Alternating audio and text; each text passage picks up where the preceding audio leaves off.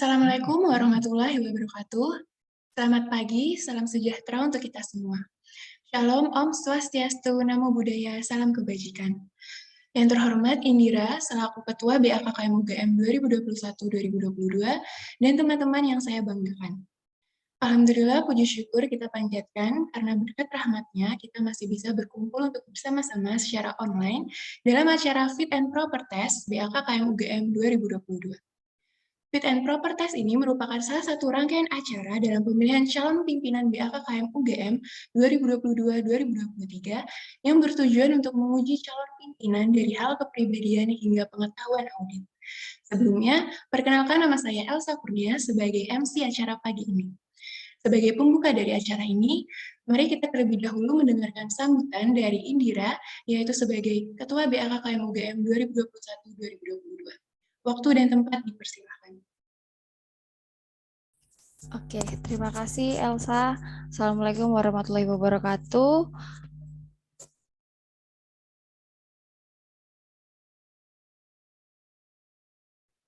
Ya, maaf ada gangguan sebentar. Saya ulangi lagi. Assalamualaikum warahmatullahi wabarakatuh. Selamat pagi teman-teman pengurus BAK KMUGM 2021-2022 yang telah menyempatkan waktunya untuk ikut dalam Fit and Proper Test calon ketua BAK 2022-2023. Terima kasih juga saya ucapkan untuk Sekjen yang telah mengarrange rangkaian pemilihan ketua dari awal dan sudah dipersiapkan sejak lama sampai sekarang, sampai saat ini tepat di acara Fit and Proper Test. Fit and Proper Test ini diadakan dengan tujuan agar para penonton ya dan khususnya ini untuk pengurus BAK mengerti bagaimana sih kemampuan para calon ketua BAK 2022-2023. Dalam hal ini calon ketua kita ada dua. Yang pertama ada Naufal dari Biro Internal dan ada Sidik dari Departemen Standar. Ya, terima kasih banyak teman-teman. Ini lumayan rame ya daripada kalau aku dulu Fit and Proper Test pada tahun lalu. Terima kasih atas partisipasinya. Semoga nanti teman-teman bisa lebih kritis dalam memilih calon ketua pada MUBES nanti, karena nanti penilaian Fit and Proper Test ini akan kami publish gitu ya sebelum MUBES.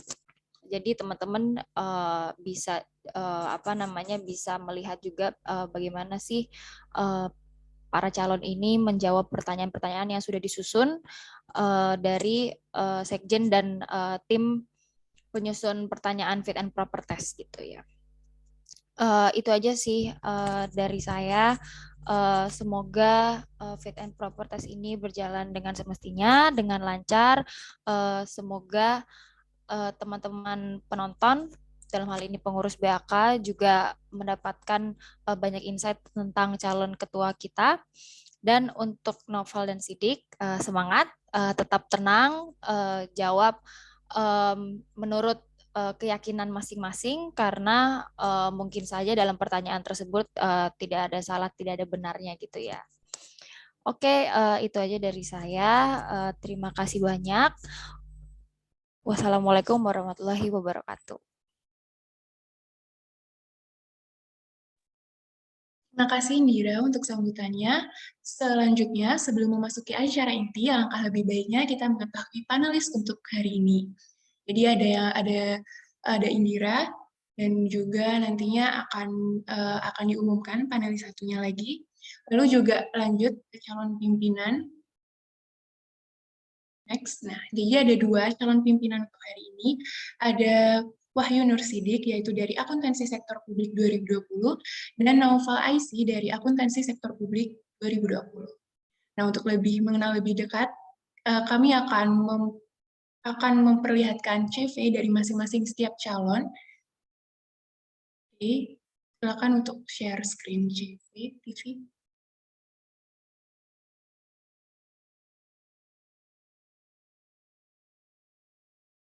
Oke, untuk informasi juga, panelisnya jadinya ada dua, ada Indira dan juga ada Kathleen, teman-teman.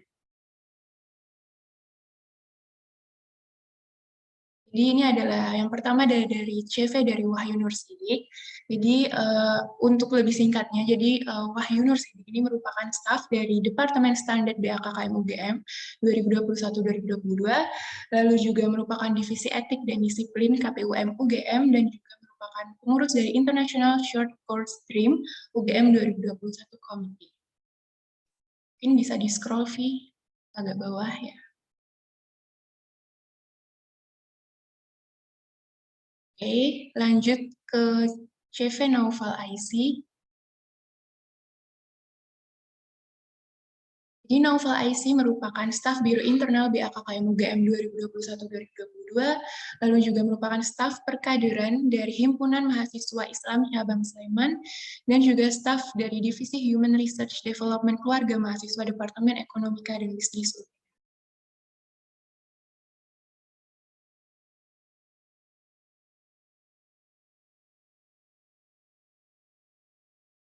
Oke. Nah, itu merupakan rangkuman singkat dari perkenalan kedua calon pimpinan. Untuk mengetahui lebih dalam mengenai strategi hingga inovasi untuk periode berikutnya, silakan untuk kedua calon mempresentasikan grand design secara singkat. Urutan presentasi yang pertama adalah dari Wahyu Nur Sidik dan akan dilanjutkan oleh Naufal Isi. Waktu dan tempat dipersilahkan.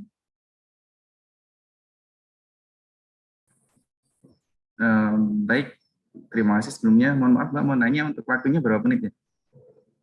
Waktunya 10 menit ya. Oh ya, oke. Oke, baik. Assalamualaikum warahmatullahi wabarakatuh. Selamat pagi, salam sejahtera untuk teman-teman semuanya. Yang terhormat pimpinan BAKKM UGM tahun 2021-2022 dan juga yang terhormat Kepala dan Departemen dan Biro di BAKKM UGM dan juga teman-teman yang hadirin yang berbahagia pada kesempatan pagi hari ini. Mungkin sebelumnya perkenalkan diri terlebih dahulu, walaupun tadi saya sudah diperkenalkan. Sebelumnya perkenalkan nama saya Wahyu Nur Sidik, mungkin biasa dipanggil Sidik. Saya adalah anggota dari divisi Departemen Standar BAKKM UGM tahun 2021-2022. Dan pada kesempatan pagi hari ini, insya Allah saya akan memaparkan terkait dengan grand design sebagai calon ketua BAKKM UGM tahun 2022-2023. Baik, mungkin langsung saja terkait dengan grand design saya. Mungkin yang pertama yaitu membahas terkait dengan annual goals atau dan sasaran strategis dari untuk BAKKM UGM tahun 2022. Yang pertama yaitu yang mewujudkan tata kelola keuangan organisasi KM UGM menjadi lebih baik dalam keseluruhan aspek dan menyeluruh hingga ke organisasi dan UKM tingkat fakultas, jadi tidak terbatas di tingkat universitas. Selanjutnya, BAKKM UGM dapat lebih dikenal kembali, dapat lebih luas dan diketahui oleh lingkungan internal UGM dalam artian mahasiswa di UGM dan juga lingkungan eksternal UGM, mungkin BAKKM UGM, BAK yang dari universitas lain seperti itu. Yang ketiga yaitu mengaudit laporan keuangan lebih dari 2 organisasi KM UGM. Mungkin ya seperti kita ketahui bersama bahwa BAKKM UGM saat ini mengaudit 2 organisasi yaitu BMKM UGM dan MPMKM UGM. Namun sesuai dengan rencana dari BAKKM UGM pada 2022 ini direncanakan bahwa akan mengaudit laporan keuangan lebih dari 2 organisasi KM UGM. Selanjutnya, hubungan kekeluargaan anggota KM UGM menjadi lebih erat lagi demi terwujudnya visi misi dan tujuan organisasi. Lalu selanjutnya, organisasi mahasiswa dan UGM di lingkungan UGM dapat membuat laporan keuangan sesuai dengan standar akuntansi yang berlaku. Lalu selanjutnya, menjalin kerjasama dengan BAK dari universitas lain.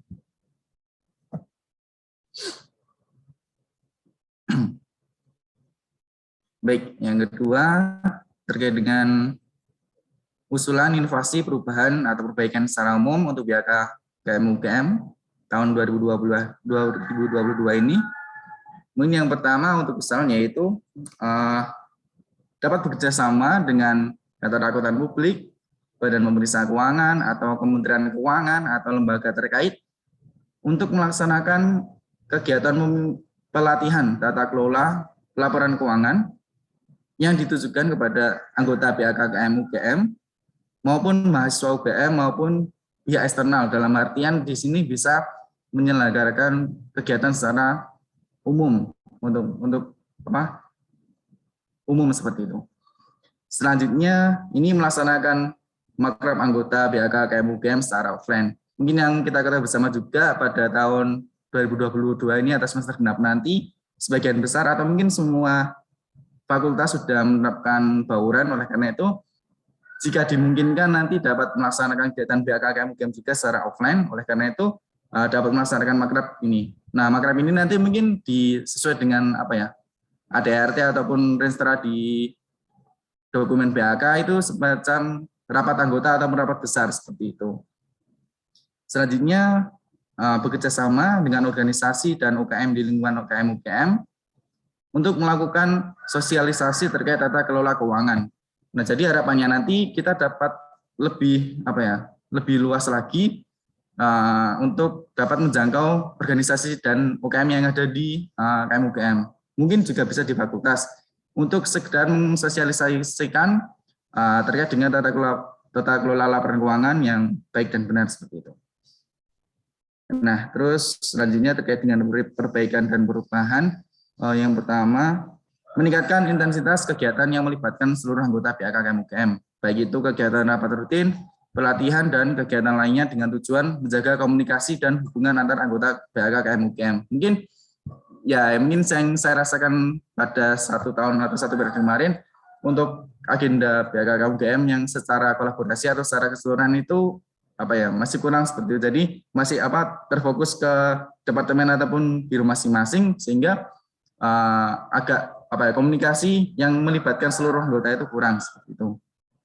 Yang kedua, menjalin kerjasama yang lebih intens kepada BAK universitas lain. Jadi tidak hanya sebatas studi banding, tapi harapannya nanti dapat melaksanakan kegiatan yang berkolaborasi. Mungkin semacam dapat melaksanakan pelatihan terkait dengan auditing atau akuntansi atau terkait dengan laporan keuangan, atau mungkin juga dapat melaksanakan lomba atau dapat melaksanakan seminar atau webinar seperti itu dengan kolaborasi. Nah, yang ketiga, mencoba lebih aktif lagi untuk berkomunikasi kepada seluruh pihak yang terkait dengan BAKKM UGM. Mungkin ini seperti yang pertama tadi, jadi kita lebih aktif untuk menghubungi dari setiap UKM atau organisasi yang ada di KMUGM demi terwujudnya visi misi dan tujuan dari organisasi BAKKM UGM sendiri, yaitu untuk menciptakan laporan keuangan yang independen, kredibel dan dapat dipertanggungjawabkan seperti itu. Lanjut. Oke, untuk selanjutnya program kerja guna mendukung usulan perubahan atau perbaikan pada nomor 2 tadi, yaitu yang pertama mengadakan pelatihan atau webinar terkait dengan tata kelola laporan keuangan atau keuangan dengan tujuan memberikan ilmu dan informasi yang baru dan juga meningkatkan pemahaman kepada mahasiswa dan masyarakat pada umumnya terkait dengan tata kelola keuangan. Ini nanti bisa mengangkat tema sesuai dengan tata kelola keuangan seperti itu. Dan itu secara teknisnya mungkin harapannya dapat dilaksanakan selama 5 kali dalam 1 tahun periode organisasi dan dapat diselenggarakan secara offline maupun online dengan menghadirkan narasumber dari ahli sesuai dengan tema yang diangkat. Mungkin bisa bekerjasama dengan seperti yang saya bilang tadi, KAP, BPK, Kemendu ataupun narasumber dosen yang dapat menyampaikan materi sesuai dengan tema yang kita inginkan seperti itu. Nah, yang kedua itu terkait dengan makrab tadi atau malam keakraban BAKKM UGM. Ini dengan tujuan untuk merupakan kegiatan yang bertujuan untuk mempererat hubungan kekeluargaan BAKKM UGM dan juga menjadi sarana pengenalan dan pemaparan visi misi tujuan program kerja BAKKM UGM selama 1 tahun periode. Ini harapannya nanti seluruh anggota itu dapat berkumpul di satu tempat seperti itulah. Yang nanti di situ kita lebih terfokus untuk semacam pengenalan apa sih itu BAK dan juga visi misi tujuan programnya kepada mungkin khususnya nantinya setiap setiap anggota baru yang masuk ke BKKM UGM tahun 2022-2023 seperti itu. Dilaksanakan 1 kali selama 1 tahun periode dan diselenggarakan secara offline pada awal kepengurusan atau nanti fleksibel. Selanjutnya kegiatan dapat dilaksanakan dengan menghimpun dana dari anggota BKKM UGM, atau yang kedua mungkin bisa mengajukan proposal pendanaan, atau mungkin bisa dari donasi atau donatur, atau nanti melalui pendanaan dari sumber yang lain seperti itu. Selanjutnya sosialisasi tata kelola laporan tata kelola keuangan kepada organisasi di UGM dan lingkungan KM UGM seperti itu.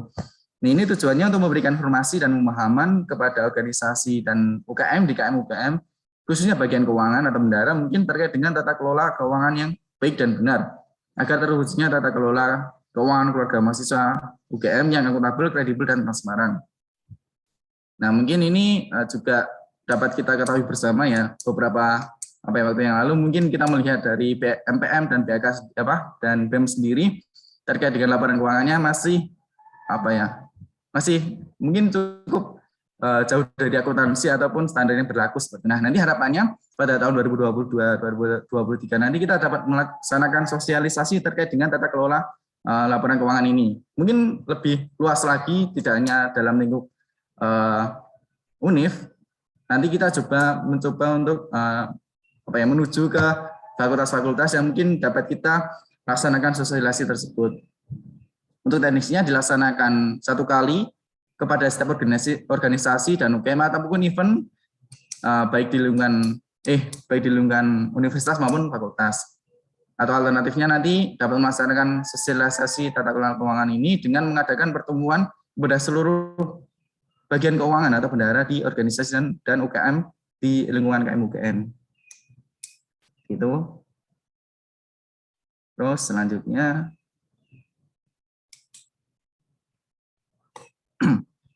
kegiatan pertemuan rutin BKKM UGM, yaitu melaksanakan kegiatan pertemuan rutin BKKM UGM baik dalam bentuk rapat, pelatihan, upgrading ataupun training atau kegiatan lainnya dengan tujuan untuk menjaga hubungan agak turun lagi Mas, antar anggota, dan juga menjaga agar para anggota BKKM UGM itu tidak bosan dan jenuh dalam melaksanakan tanggung jawabnya dan program kerjanya. Mungkin karena kalau misal gap kegiatannya itu terlalu jauh ataupun kurang intens, dalam artian hanya terfokus dalam bidang atau biro atau departemen masing-masing, dan ketika biro itu selesai melaksanakan program kerjanya seperti namanya, mungkin akan terjadi kekosongan timeline atau program kerja. Jadi harapannya nanti ketika itu terjadi dapat diantisipasi dengan kegiatan rutin lainnya yang dapat mengaktifkan kembali teman-teman yang mungkin sudah selesai ataupun yang program kerjanya sangat fleksibel kerjanya. Jadi agar teman-teman itu tetap ingat bahwa mereka itu anggota BHK dan tetap mengetahui bahwa dan tidak bosan atau jenuh dalam melaksanakan program kerjanya seperti itu. Secara teknisnya mungkin naik lagi. Nah, itu secara harapannya mungkin bisa terlaksana 1 bulan 1 kali. Baik, yang selanjutnya studi banding dan kolaborasi kegiatan dengan BHK universitas lain. Dengan tujuan yaitu menjalin hubungan relasi dan silaturahim kepada BHK universitas lain dalam kegiatan studi banding, dan juga harapannya nanti dapat melaksanakan program kolaborasi dengan tujuan untuk memperkuat hubungan dan juga melakukan sosialisasi terkait dengan tata kelola keuangan kepada pihak eksternal UGM seperti itu. Nah, ini dilaksanakan secara kerjasama dengan waktu yang fleksibel menyesuaikan dengan masing-masing BHK. Harapannya dalam 1 periode nanti bisa terlaksana 2 atau 3 kali selama 1 tahun periode kepengurusan seperti itu. Lanjut. Untuk yang terakhir yaitu terkait dengan perubahan atau perbaikan biro departemen dan juga terkait dengan pemilihan kepala dan ketua dan wakil departemen dan biro. Nah, mungkin usulan perubahan dan perbaikan biro departemen BKKM UGM, mungkin di sini saya memberikan usulan atau masukan ya, yaitu menambahkan 1 biro baru, yaitu biro media dan informasi. Nah, yang sebelumnya merupakan program kerja dari biro eksternal. Nah, penambahan 1 biro tersebut ini bertujuan untuk melaksanakan efisiensi program kerja dari biro eksternal dan memfokuskan biro eksternal sebagai bagian dari BKKM UGM yang berfokus pada melakukan komunikasi dan menjalin kerjasama kepada organisasi UKM dan UKM yang berada di lingkungan KM-UKM, maupun menjalin komunikasi dengan pihak universitas lain dan juga lembaga atau organisasi keuangan yang ada di Indonesia, KAP, pihak BPK ataupun Kementerian Keuangan. Nah, nantinya harapannya mungkin pihak eksternal ini bergerak seperti kehumasan seperti itu yang bertujuan untuk sebagai sarana media informasi ataupun komunikasi dari PHK kepada pihak eksternal dari PHK itu untuk menjalin mungkin kerjasama ataupun nanti dalam organisasi KMUGM seperti mengadakan sosialisasi tentang pelaporan keuangan yang sudah saya sebutkan di atas tadi. Dan biro ini lebih difokuskan untuk pengembangan mungkin sosial media ataupun terkait dengan publikasi dan terkait dengan konten-konten yang ada seperti itu. Terus, ini terkait dengan struktur kepala departemen dan biro. Nah, mungkin untuk kesalahan saya, ini urutan prioritas. Yang pertama nanti harapannya teman-teman dari staf biro atau departemen di BKKM UGM periode 2021-2022 nanti harapannya dapat menjadi ketua atau kepala departemen dan biro nantinya. Jika kemungkinan itu tidak, kedua yaitu orang pilihan atau kepercayaan kepada departemen dan biro periode 2021 atau 2022. Harapannya nanti ketika tidak bisa menjadi kepala atau kepala biro atau departemen, nanti bisa mungkin merekomendasikan orang yang sebagai kepercayaannya untuk berada di posisi tersebut. Terus selanjutnya nanti jika tidak, yang ketiga yaitu melakukan open recruitment terbuka untuk kepala departemen dan biro.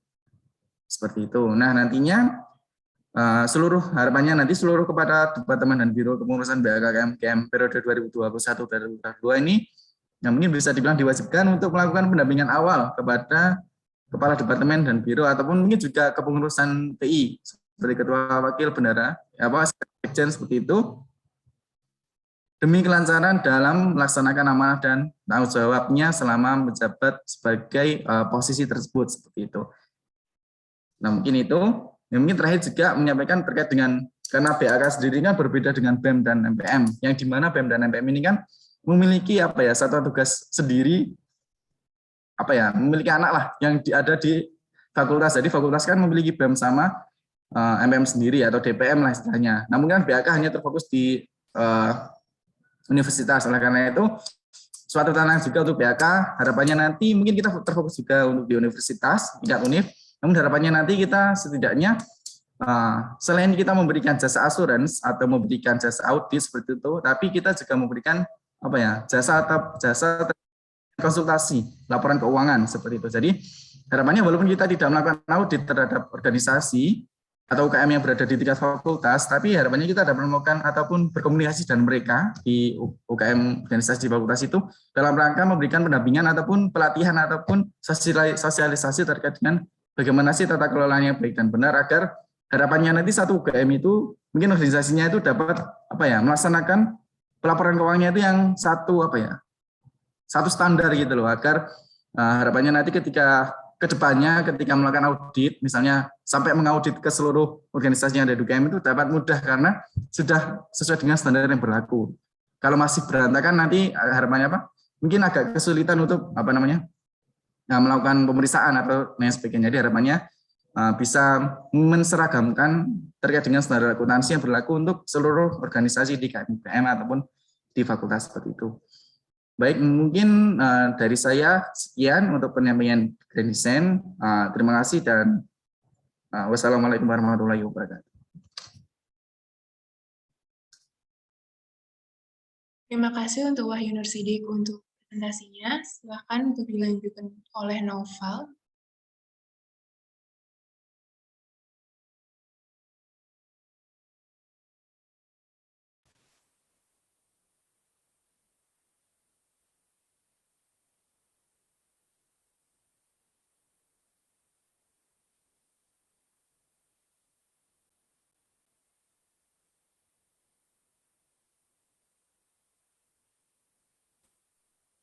Noval suaranya nggak masuk.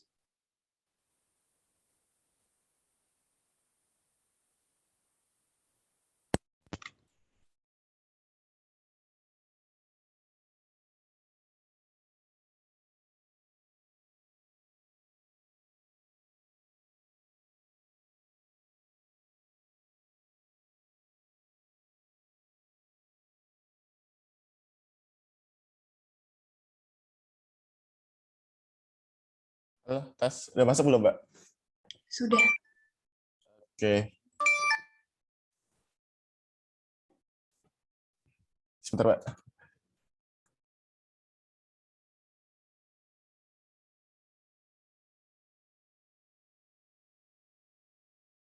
Ya, sebelumnya terima kasih kepada Mbak Elsa yang telah membantu saya untuk share screen karena ada gangguan sinyal. Assalamualaikum warahmatullahi wabarakatuh. Salam damai sejahtera untuk kita semua. Om Swastiastu, Namo Buddhaya, salam kebajikan. Yang saya hormati Mbak Indira selaku Ketua BAKKM UGM dan Mas Yaki yang mungkin sekarang nggak hadir. Yang saya hormati teman-teman Sekretariat Jenderal, Quality Assurance, Departemen Standar, Departemen Audit, Biro Internal, dan teman-teman dari Biro Eksternal, dan juga teman saya Sidik. Jadi sebelum kita lanjut, barangkali ada yang belum kenal saya, perkenalkan nama saya Noval dari Prodi Akuntansi Sektor Publik angkatan 2020. Kalau di PA saya dari Biro Internal. Ya, lanjut Mbak ke slide selanjutnya. Ya, jadi BAK dari sudut pandangku. BAK ini lahir dari keresahan akan akuntabilitas, terutama di BEM KM UGM pada saat itu. Jadi waktu aku pertama masuk BAK, waktu wawancara, aku udah nyampaikan visiku ke depannya di BAK. Mungkin Mbak Indira tahu yang dulu mewawancariku. Jadi BAK dari sudut pandangku itu, aku ingin berkontribusi di sini saat udah dimulai dari pas aku join awal-awal. Lanjut ke slide selanjutnya, Mbak. Nah, sebelum mulai ke grand design, ke gagasanku, aku mau jelasin sedikit tentang apa sih masalah yang ada di BAK dan apa masalah yang ada di KM UGM. Next. Masalah ini aku bagi jadi dua. Yang pertama di internal BAK dan yang kedua di ranah eksternal. Yang di internal itu, pertama itu bagaimana cara meningkatkan rasa kekeluargaan dan loyalitas yang ada di internal organisasi. Setelah kita bagus nih organisasinya di internalnya, kemudian bagaimana caranya tercipta kolaborasi di BAK itu. Kemudian bagaimana caranya agar pimpinan itu bisa hadir lebih dekat kepada semua anggota organisasi. Dan gimana nih anggota-anggota kita ini paham tentang KM UGM. Dan juga ini keresahan banyak teman-teman kita, yaitu timeline, karena dirasa BAK itu terkadang sibuk di periode tertentu, di waktu tertentu, dan senggang gitu di waktu lain. Kemudian untuk di ranah eksternal, masalah kita itu ada di legalitas dan legitimasi. Legalitas ini pertama dari Ditmawa, kita belum dapatkan itu karena mungkin belum ada follow up lebih lanjut dari kita. Sebenarnya bisa. Legalitas ini menurutku merupakan sesuatu langkah awal untuk BAK bisa berkembang ke depannya. Kemudian anggaran kita itu masih ikut MPM, cuman 2 tahun ini mungkin belum dapat juga masuk ke RKAT-nya MPM, diusahakan biar anggaran itu bisa cair. Kalau bisa, nggak usah lewat MPM. Terus, gimana sih caranya kita bisa mengaudit selain BEM dan MPM? Selanjutnya, ini poin yang paling penting menurut saya di eksternal, yaitu amanah Kongres KM UGM tahun 2021, di mana di situ mempertanyakan keterlibatan MWAUM, FKL, dan kita, BAK.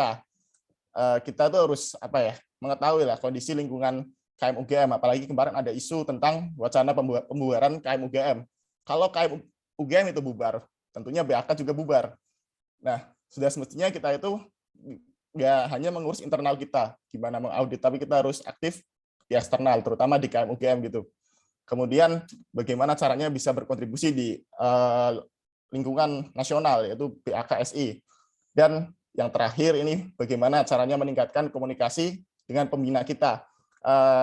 Pembina kita ada dari dosen FEB, dosen audit, tapi mungkin banyak yang belum tahu dari teman-teman kalau kita punya pembina. Lanjut Mbak ke next ya. Dan permasalahan satu lagi yaitu kita harus bisa adaptasi dari daring ke luring untuk periode ke depan. Lanjut Mbak. Nah, dari permasalahan-permasalahan tadi, saya mencoba merumuskan beberapa gagasan untuk memajukan BAK ke depannya. Yang pertama itu ada annual goals. Yang pertama itu yaitu menjadikan BAK KM UGM sebagai lembaga yang terdepan dalam menciptakan tata kelola keuangan, lembaga kemahasiswaan yang akuntabel, kredibel, transparan, dan mewujudkan budaya tata kelola keuangan lembaga kemahasiswaan yang cermat, jujur, anti korupsi di lingkungan KM UGM. Dan menjadikan BAK sebagai badan audit kemahasiswaan yang terbaik, sehingga menjadi contoh dan teladan bagi tata kelola keuangan kemahasiswaan lainnya di Indonesia. Sasaran strategis yang pertama yaitu mewujudkan sinergi dan kolaborasi di internalnya BAK, kemudian adanya landasan hukum dari Ditmawa yang menaungi kita, kemudian menyempurnakan peraturan dan landasan hukum mengenai tata kelola dalam kegiatan kemahasiswaan di lingkungan KM UGM. Yang keempat, adanya sosialisasi standar yang lebih masif, khususnya untuk mengaudit organisasi selain BEM dan MPM di lingkungan KM UGM, dan membangun dan meningkatkan hubungan eksternal, baik dengan badan audit mahasiswa lainnya, atau lembaga atau organisasi yang ada di lingkungan mahasiswa maupun masyarakat. Lanjut, Mbak. Nah, gimana sih nanti ketua dalam bekerja? Aku apabila nanti dipilih kerjanya itu gimana? Yang pertama itu akan mengedepankan keterbukaan. Keterbukaan di sini yaitu menerima kritik gitu, kritik saran dari teman-teman semuanya, kemudian membangun komunikasi interpersonal, jadi bisa lebih dekat dengan semua anggota yang ada di PAK. Yang ketiga ini wakil ketua. Wakil ketua di sini maksudnya aku menyadari betul kelemahanku itu tidak terlalu memahami tentang audit. Jadi wakil ketua di sini itu ada seseorang yang bisa aku ajak kerjasama, terutama yang pandai di bidang audit, yang lebih pandai dari aku. Kita bisa bekerja sama dengan baik. Oke, lanjut, Mbak. Ya, arahan umum. Next. Arahan umum ini untuk semua biro atau departemen. Nah, punding biru, seperti halnya proker merah dan proker biru, punding biru ini wajib dilakukan oleh semua biro atau departemen. Kemudian sekretaris ini pinginnya itu membuat notulensi gitu di setiap rapat internal biro atau departemen, yang nantinya notulensi ini diserahkan kepada ketua agar ketua ini bisa mengontrol, bisa tahu apa sih yang sedang dibahas di bironya, yang di departemennya. Kemudian untuk pemilihan kepala dan wakil kepala biro, ini prosesnya saya itu ingin mengedepankan gagasan. Jadi calon kepala dan wakil kepala itu dipilih dari internal BAK KM UGM. Nggak harus dari internal biro atau departemennya, tapi internal BAK. Kemudian dia wajib membuat gagasan grand design untuk 1 tahun ke depan, dan pemilihannya itu, keputusannya itu ada di musyawarah internal biro atau departemen. Oke, next. Next, Mbak. Target operasional. Ada 3 target operasional. Yang pertama, pencapaian strategis. Pencapaian strategis ini ada 2. Yang pertama, diakuinya BAK oleh Ditmawa dan bisa mengaudit organisasi selain BEM dan MPM. Kalau target saya tidak muluk-muluk, MWAUM dan mahkamah yang baru dibentuk. 2 itu target untuk di periode selanjutnya. Kemudian revitalisasi peran. Revitalisasi peran di sini adalah peran BAK khususnya di lingkungan KM UGM agar kita ini eksis di situ, berperan di situ, diakui keberadaannya. Kemudian untuk sistem kerja, next ke slide selanjutnya. Oke, sistem kerja ini yang pertama top down planning, yaitu arahan langsung dari pimpinan di sini ketua dan wakil. Kemudian bottom up planning, membebaskan kreativitas dari semua biro dan departemen untuk memiliki ide program kerja. Jadi kita ini sebagai pimpinan hanya memberikan arahan, beberapa arahan yang wajib dipatuhi oleh biro dan departemen, dan selanjutnya mereka bebas karena mereka lebih tahu keadaan kondisinya untuk menentukan program kerja apa yang ingin dibuat selama setahun ke depan. Kemudian melakukan evaluasi bersama setiap 4 bulan sekali. Kenapa 4 bulan sekali? Karena saat ini tuh ada ETT dan EAT yang saya rasa itu kurang, hanya per 6 bulan gitu, dan bahkan EAT belum terlaksana sampai saat ini. Kemudian rapat rutin bersama minim-minim dengan pengurus inti gitu. Selama 1 bulan sekali itu ada rapat gitu, kita ketemu dan bahas progres kita. Selanjutnya membuat timeline yang tadi udah tak jelaskan di awal, dan melakukan oprek staf panitia pada tengah periode apabila dibutuhkan. Ini terjadi ketika apabila kita ini bisa mengaudit banyak organisasi, tentunya kita memerlukan banyak SDM. Oke, next, Mbak. Oke, masuk ke langkah konkretnya, yaitu usulan struktur organisasi. Ini ada next, ya. Ada sedikit perubahan, yaitu di departemen standar dan departemen audit. Itu saya ingin jadi satu karena ini juga berdasarkan riset saya ke teman-teman standar. Saya tanya, standar ini banyak apa ya istilahnya, nggak terlalu padat gitu kerjaannya. Jadi bisa optimal mungkin dengan menyatukan departemen audit dan standar, karena nggak jauh-jauh beda juga. Dan audit juga membutuhkan SDM yang banyak untuk mengaudit organisasi selain BEM dan MPM. Selain itu nggak ada perubahan yang signifikan. Lanjut, Mbak. Oke, ini arahan khusus dan inovasi untuk setiap Birdep. Lanjut, Mbak. Yang pertama ada quality assurance. Nanti teman-teman quality assurance ini diharapkan next, bisa mengevaluasi kinerja pimpinan BAK KM UGM. Jadi tidak hanya staf, tidak hanya biro atau departemen yang dievaluasi, tapi pimpinan juga dievaluasi. Kemudian mengadakan evaluasi bersama 4 bulan sekali, kayak yang tadi sudah saya sebutkan. Kemudian dari evaluasi itu diharapkan QA ini bisa memantau perubahan yang terjadi. Jadi ada follow up-nya lebih lanjut dari evaluasi yang sudah dilakukan dan berkoordinasi dengan ketua bila ada anggota yang sedang menurun kinerjanya, karena teman-teman kualitas assurance ini kan gabung ke grup internal biro atau departemen. Jadi bisa lapor ke ketua, si A ini menurun nih kinerjanya, ada masalah apa, nanti ketua yang turun tangan. Lanjut, Mbak. Ya, ke Departemen Audit dan Standar. Oke, lanjut. Ini yang jadi satu, melakukan audit untuk organisasi atau event selain BEM dan NPM. Kayak tadi sudah saya sebutkan, targetnya yaitu MWAUM dan mahkamah, 2 itu dulu. Untuk teman-teman fakultas itu nanti akan saya jelaskan di selanjutnya. Kemudian untuk standar, teman-teman standar ini bisa membuat standar audit atas pengendalian internal, membuat standar audit kepatuhan, dan memastikan bahwa internal kita itu memahami produk-produk yang dibuat oleh standar. Next, Mbak. Ya, biro internal. Oke. Teman-teman dari biro internal ini saya rasa ada beberapa yang kurang sih, karena saya juga join di sini. Yang pertama ini revitalisasi peran PSDM. Saya rasa peran PSDM-nya itu kurang banget. Di sini perlu diperbaiki lagi, terutama masalah bonding gitu, agar terbangun kekeluargaan di internal kita. Kemudian pembekalan tentang tata kelola internal entitas KM UGM. Jadi misalnya BMKM itu memberikan sebuah sosialisasi kepada kita tentang tata kelola keuangannya. Kemudian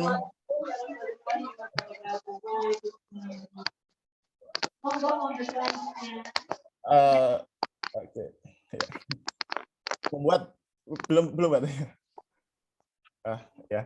Kemudian membuat program upgrading yang disesuaikan dengan kebutuhan masing-masing komponen BAK KM UGM. Jadi nanti teman-teman eksternal itu butuh apa, teman-teman internal sediakan upgrading-nya, teman-teman audit dan standar butuh apa, teman-teman internal sediakan upgrading-nya, dan memastikan adanya output setelah program yang terjadi.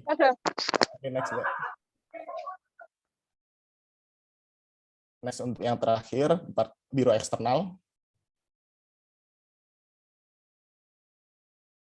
Ya, next ke program kerjanya. Nah, yang pertama sosialisasi dan kunjungan ke calon organisasi yang akan kita audit. Calon organisasi di sini yaitu MWAUM dan mahkamah. Itu yang pasti, yang tujuan kita akan diaudit di periode ini.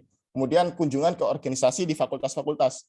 Ini kenapa kita harus kunjungan ke sana? Karena kalau kita nge-audit yang ada di fakultas, misalkan BEM fakultas itu, satu sisi kita mungkin SDM-nya belum kuat, belum cukup, dan mungkin banyak teman-teman kita yang di BAK masih join di BEM fakultas atau BPM fakultas. Jadi kita mungkin masih belum bisa untuk di semua fakultas kita mengaudit. Langkah awalnya yaitu kita sosialisasi dulu nih, kita mampir, kita kunjungan ke teman-teman fakultas, ada BAK, kita bisa ngaudit. Jadi diharapkan ini untuk periode selanjutnya, setelah kita di 2023, nanti bisa mulai ke teman-teman fakultas. Tapi syukur-syukur kalau di periode ini bisa ke fakultas, ya mungkin beberapa bisa gitu. Kemudian selain itu branding ya, branding kita ini lumayan bagus sih. Cuman kita ini harus bisa memanfaatkan teman BEM dan MPM dan lain-lain yang menjadi yang kita audit untuk ikut juga mengenalkan BAK gitu. Jadi BEM kenalkan lo ini BAK, kita udah mengaudit kamu kenalkan kita di medsosmu, di IG-mu yang followersnya banyak. Terus pembuatan jaket BAK KM UGM. Saya harap bisa terrealisasi di periode ini, karena selain pembuatan jaket ini untuk branding juga gitu. Kalau dipakai ke kampus kan kelihatan BAK KM UGM apa tuh gitu. Orang-orang pada penasaran. Ya, bisa lanjut, Mbak. Nah, proyeksi flow satu periode. Yang pertama itu menyusun rencana kerja satu periode. Menyusun rencana kerja satu periode dan pemilihan pengurus inti di sini yaitu kepala dan wakil departemen atau biro. Kemudian oprek, pengurus baru, staf baru. Selanjutnya mengurusi anggaran dan legalitas dari Ditmawa. Kemudian sosialisasi dan kunjungan ke organisasi yang tadi sudah saya jelaskan. Dan diharapkan bisa mengaudit organisasi selain BEM dan MPM. Oke, next Mbak. Sebelum selesai, ini mungkin ada testimoni dari teman saya. Lanjut ke slide terakhir. Ya, terima kasih kepada teman-teman yang sudah mendengarkan saya memaparkan Grand Design. Tentunya saya membuat ini banyak kekurangan, baik dalam materi maupun penyampaian. Saya harap akan banyak masukan-masukan dari Mas Mbak dan teman-teman semua kepada saya khususnya, dan yang terbaik untuk BAK KM UGM. Terima kasih. Wassalamualaikum warahmatullahi wabarakatuh.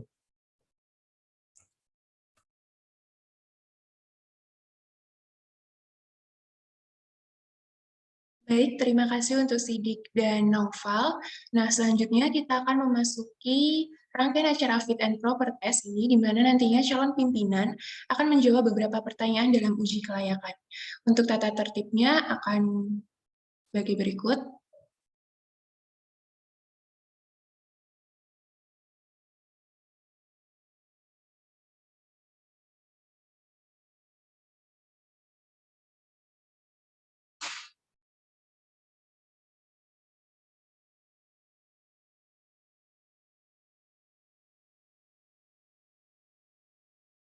Oke, jadi yang pertama, terdapat 3 bidang yang akan diujikan, yaitu tentang BAKKM UGM, audit, dan personality. Setiap bidang ini akan tersedia dari 4 pertanyaan yang berbeda. Setiap calon pimpinan akan menjawab secara bergantian sesuai nomor urut yang telah ditentukan. Calon pimpinan diperbolehkan untuk memilih nomor pertanyaan yang akan dijawab di tiap bidang. Nomor pertanyaan yang telah dipilih oleh calon nomor urut 1 tidak bisa dipilih kembali oleh calon nomor urut 2.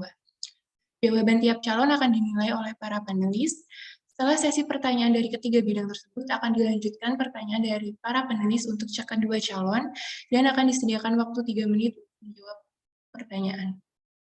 Nah, sebelum untuk menjawab pertanyaan, kita akan mengundi nomor urut melalui website.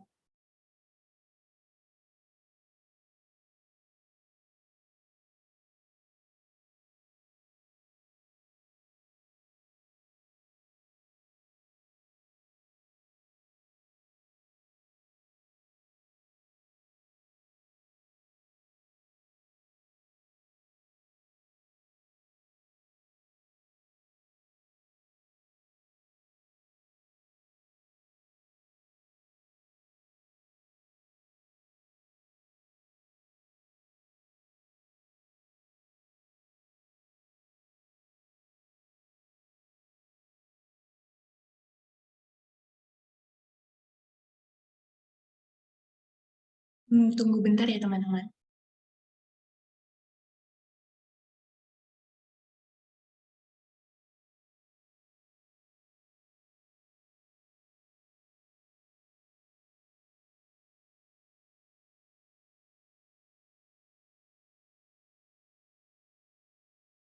Oke, jadi di sini ada 2 nama, ada Sidik dan Noval, dan kita akan mengundinya, siapa yang bakal dapat nomor 1 dan siapa dapat nomor 2.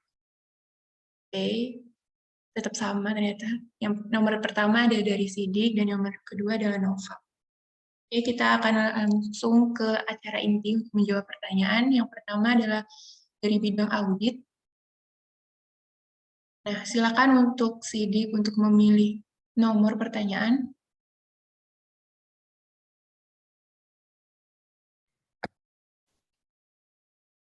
Mungkin 2, Mbak. Oke, nomor 2. Oke, jadi ada asersi manajemen dibagi menjadi 3 level, transaction and event, account balance, dan presentation and disclosure. Sebutkan 5 asersi manajemen pada level transaction dan event. Waktu 3 menit, dimulai dari sekarang. Oke, mungkin terkait dengan teknis ya. Mungkin terkait dengan teknis audit, mungkin saya kurang mahir atau kurang paham. Mungkin terkait dengan asersi manajemen yang saya tahu, yaitu yang pertama ada keterbukaan, terus ada kelengkapan, terus ada 3, kelengkapan, keterjelasan, terus selanjutnya ada untuk asersi manajemen yang saya tahu itu sih, Mbak.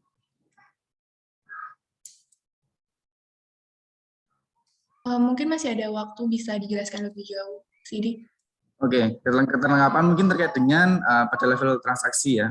Mungkin itu adalah kelengkapan bukti-bukti yang ada terkait dengan mungkin pos akun yang tersebut, misalnya piutang ya mungkin bukti-bukti dari data-data piutang yang ada, terus data-data transaksi pada tahun tersebut, terus selanjutnya juga tentang keterbukaan. Nah, keterbukaan itu terkait dengan apakah seluruh transaksi yang ada pada periode tersebut itu sudah sesuai ataupun sesuai dan sudah semuanya itu terangkum pada bukti-bukti yang telah ditemukan seperti itu. Terus selanjutnya ada ketepatan. Nah, ketepatan itu adalah kesesuaian bukti-bukti yang dikumpulkan itu apakah tepat atau sesuai dengan transaksi ataupun suatu mungkin di akun-akun pos piutang tadi itu sesuai atau tidak dengan yang terjadi di periode tersebut. Terus mungkin 3 itu sih, Mbak. Ada 2 lagi ya. Oke, terima kasih untuk Sidik untuk jawabannya. Kita back dan selanjutnya gilirannya Nova IC. Silakan untuk memilih pertanyaan selain nomor 2 yang sudah dipilih. Oke, milih yang terakhir nomor 4. Oke, ada apa saja jenis opini yang dapat dikeluarkan oleh auditor? Jelaskan apa saja hal yang mendasari jenis opini tersebut. Waktu 3 menit dimulai dari sekarang. Oke, seingat saya ini opini yang diberikan oleh auditor itu ada opini wajar dengan wajar tanpa pengecualian, wajar dengan pengecualian, kemudian tidak memberikan opini. 3 itu seingat saya. Jelaskan apa yang mendasari opini tersebut.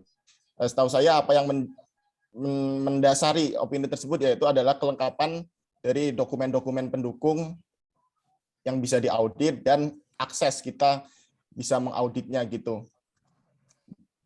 2 unsur itu mungkin kalau salah bisa dikoreksi. Gitu Mbak, makasih.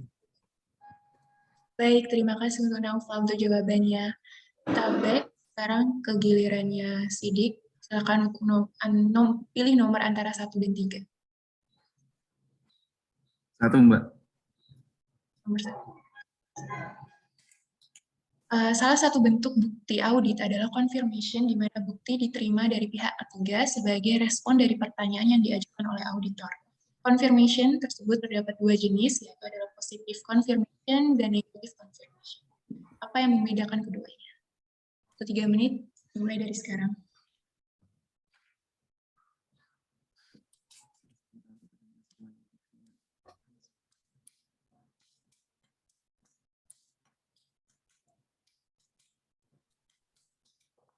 Oke, terkait dengan ini mungkin saya pernah mendengar ya, Pak, tapi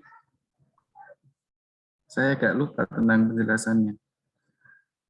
Mungkin positive confirmation itu adalah ketika sebuah auditor itu melaksanakan mengajukan pertanyaan ataupun mengajukan pertanyaan atau validasi terkait dengan bukti-bukti yang ditemukan kepada pihak ketiga yang berada di luar dari organisasi ataupun entitas tersebut. Mungkin ketika semacam misal ada perusahaan dagang nih, nah nanti pihak ketiganya itu mungkin suppliernya ataukah mungkin salah satu suppliernya, nah itu ditanyakan apakah bukti-bukti yang saya terima dari organisasi ini sesuai tidak dengan sesuai dengan transaksi yang terjadi di supplier ini. Maksudnya apakah jual beli ini valid dengan barang-barang yang tersebut di nota mungkin ataupun di bukti tersebut dan nominalnya. Nah, mungkin ketika jawaban itu dapat dijawab dengan jelas dan dengan alasan yang kuat, mungkin bisa dibilang itu sebagai positive confirmation seperti itu. Nah, selanjutnya mungkin katakanlah ketika terjadi validasi bukti-bukti laporan keuangan bukti-bukti transaksi yang diterima ataupun ditemukan oleh auditor lalu divalidasi kepada pihak ketiga, namun pihak ketiga tersebut mungkin bisa dibilang kesulitan untuk menjelaskan ataupun tidak bisa menjawab dengan pasti terkait dengan bukti-bukti yang diajukan kepada ditanyakan oleh auditor tersebut, maka mungkin bisa dibilang itu negatif confirmation karena auditor tidak bisa menentukan apakah bukti yang dibawa ataupun ditanyakan itu valid atau tidak.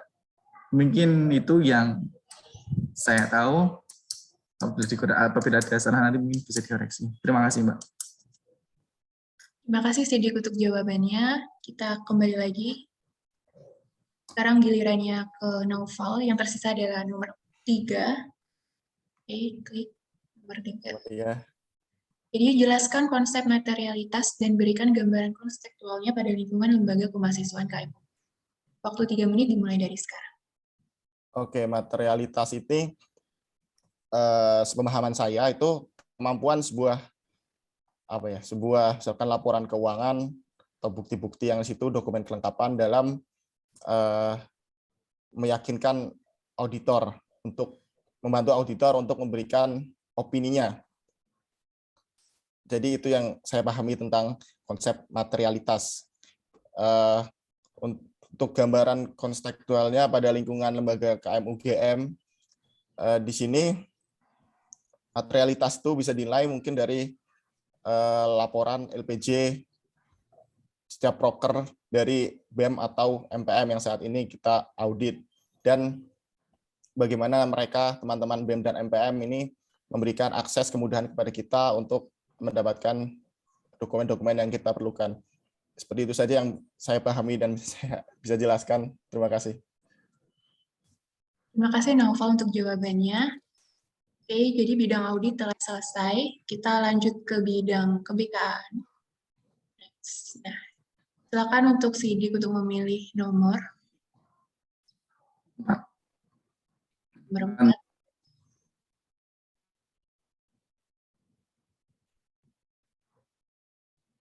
Apa upaya yang dapat Anda lakukan dalam mempererat kekompakan atau kekeluargaan antar anggota dan profesionalitas kerja di lingkungan BAKKM UGM?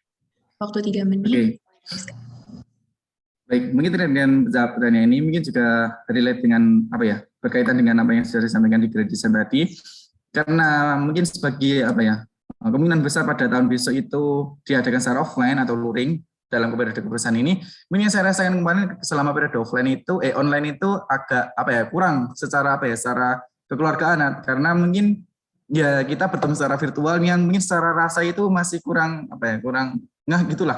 Nah, ketika nanti harapannya ketika luring itu kan bertemu secara langsung, nah harapannya nanti bisa berkomunikasi secara langsung, terus bersosial secara langsung, nah harapannya kan bisa menciptakan kedekatan yang lebih dekat lagi. Nah, dengan upaya yang dilakukan untuk mempererat kekompakan itu, mungkin yang salah satunya saya usulkan tadi, menciptakan mengadakan agenda di mana kita bertemu secara keseluruhan. Mungkin saya usulkan tadi melalui keakraban yang dalam bentuk penyampaian rapat besar seperti itu. Nah, nanti di kegiatan tersebut mungkin tidak hanya memaparkan terkait dengan visi misi tujuan dari BAKKM UGM sendiri, tapi juga nanti ataupun proker-proker dari masing-masing biro dan departemen, tapi juga nanti kita melaksanakan kegiatan yang kegiatannya non teknis ataupun non BAK seperti itu, mungkin semacam kegiatan games lah, outbound lah, ataupun kegiatan fun lainnya yang dapat mempererat hubungan dari masing-masing anggota seperti itu. Dan selanjutnya juga nanti kan kemungkinan juga dapat ketika nanti katakanlah memungkinkan juga mungkin bisa diadakan semacam pertemuan secara rutin, tapi tidak tidak untuk membahas organisasi, mungkin untuk semacam istilahnya bermain lah, ataupun mungkin pergi refreshing gitu, mungkin kan kalau misal luring kan bisa pergi karena sudah kan banyak wisata, mungkin bisa satu kesempatan kita pergi kemana gitu, itu sebagai salah satu kekompakan dari keluarga. Nah, profesional kerja itu yang pertama mungkin ketika diwawancara sudah kita tekankan bahwa terkait dengan komitmen bahwa ketika bergabung sama BAKKM UGM ini memiliki tanggung jawab dan tanggung jawab atas pilihan dan juga di masing-masing biro dan departemen. Nah, salah satu itulah adalah salah satu jalan di mana untuk menekankan profesionalitas kerja, dan juga nanti mungkin terdapat indikator-indikator lainnya penilaian yang mungkin bisa dilakukan oleh quality assurance terhadap masing-masing anggota. Bagaimana anggota itu dapat tetap berjalan sesuai track harapan BAK sendiri, agar masing-masing anggota itu tidak hanya numpang mungkin numpang nama lah, atau hanya sebatas join terus hilang. Nah, nanti harapannya dia tetap profesional secara secara organisasi untuk menjalankan segala program kerja dan tanggung jawabnya yang telah dipilih sendiri dan juga telah dimasuki di bidang di biro ataupun departemen masing-masing. Seperti itu. Terima kasih. Baik, terima kasih Sidik untuk jawabannya. Kita next. Silakan untuk Naufal untuk memilih nomor Ya, milih yang pertama, nomor 1. nomor 1. Oke. Berdasarkan mandat yang diberikan seperti yang bermaksud dalam poin 14 rangka konseptual standar pemeriksaan KMUGM, bahwa salah satu cara yang dapat dilakukan BAK untuk menciptakan lingkungan kegiatan kemahasiswaan Universitas Gadjah Mada yang akuntabel dan bebas dari korupsi, kolusi, dan nepotisme adalah melalui peningkatan efektivitas organ Inspektorat Jenderal atau setingkat Inspektoral Jenderal pada lembaga kemahasiswaan di lingkungan KMUGM. Bagaimanakah cara yang dapat saudara lakukan untuk memenuhi mandat ini? Waktu 3 menit dimulai dari sekarang. Oke, minta waktunya sebentar untuk memahami pertanyaannya.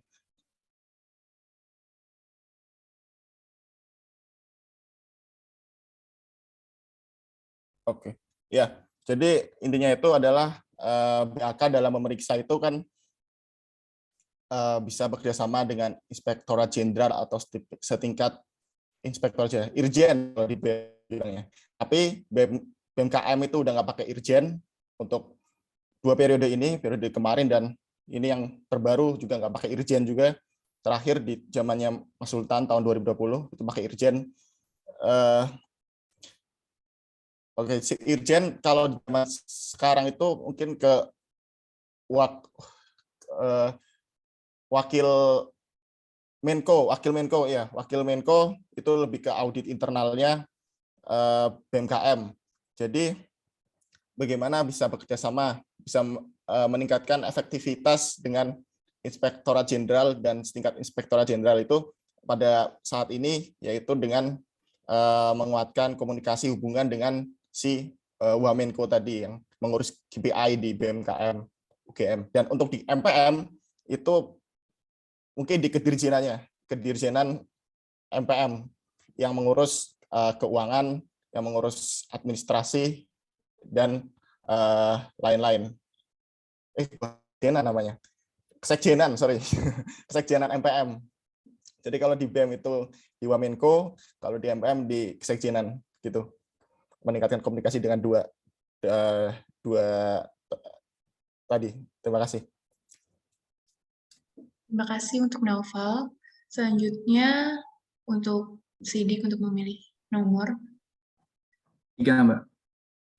3. Saat ini framework apa yang digunakan oleh QA dan bagaimana mekanisme pengerjaan dan pengisiannya untuk memonitor, menilai, dan mengevaluasi kinerja setiap biro departemen. Kedepannya, apakah penggunaan framework tersebut akan terus digunakan atau mau diganti? Bahkan 3 menit dimulai dari sekarang. Mbak. Mungkin saya mau coba jawab ya. Terkait dengan framework yang dilaksanakan oleh QA itu kan yang saya tahu kayaknya logic model. Nah, mungkin logic model itu salah satu framework yang digunakan oleh, kalau tidak salah, oleh KA untuk memonitor, menilai, dan mengevaluasi kinerja setiap biro departemen. Nah, menurut saya logic model yang dilaksanakan oleh QA saat ini itu sudah, ataupun pada periode kemarin itu sudah cukup baik terkait dengan proses QA sendiri dalam memonitor dan mengawasi dalam melakukan tugas monitor dan pengawasan terkait dengan kinerja dari masing-masing departemen biro pada umumnya, mungkin pada khususnya terkait dengan masing-masing anggota. Nah, mereka kan juga secara langsung dapat tergabung, mungkin dalam kemarin tergabung di grup masing-masing departemen dan biro, yang dimana mereka dapat langsung mengetahui bagaimana sih kinerja masing-masing anggota, mungkin ketika rapat apakah aktif, ketika proker apakah dia mengerjakan atau tidak. Nah, menurut saya logic model yang dilaksanakan oleh QA kemarin sudah cukup baik dan mungkin bisa dibilang bisa dilanjutkan kembali dengan program tersebut ataupun menggunakan framework tersebut, karena ya mungkin cukup efektif juga, karena kalau saya secara sekilas ya melihat di di keseluruhan BK ini terkait dengan keanggotaan sepertinya cukup baik juga dalam maksudnya mengawal dari awal hingga akhir tuh masing-masing anggota mungkin bisa terlaksana dengan baik itu program kerjanya, masing-masing biro dan departemen itu dapat terlaksana dengan baik secara program kerjanya. Oleh karena itu mungkin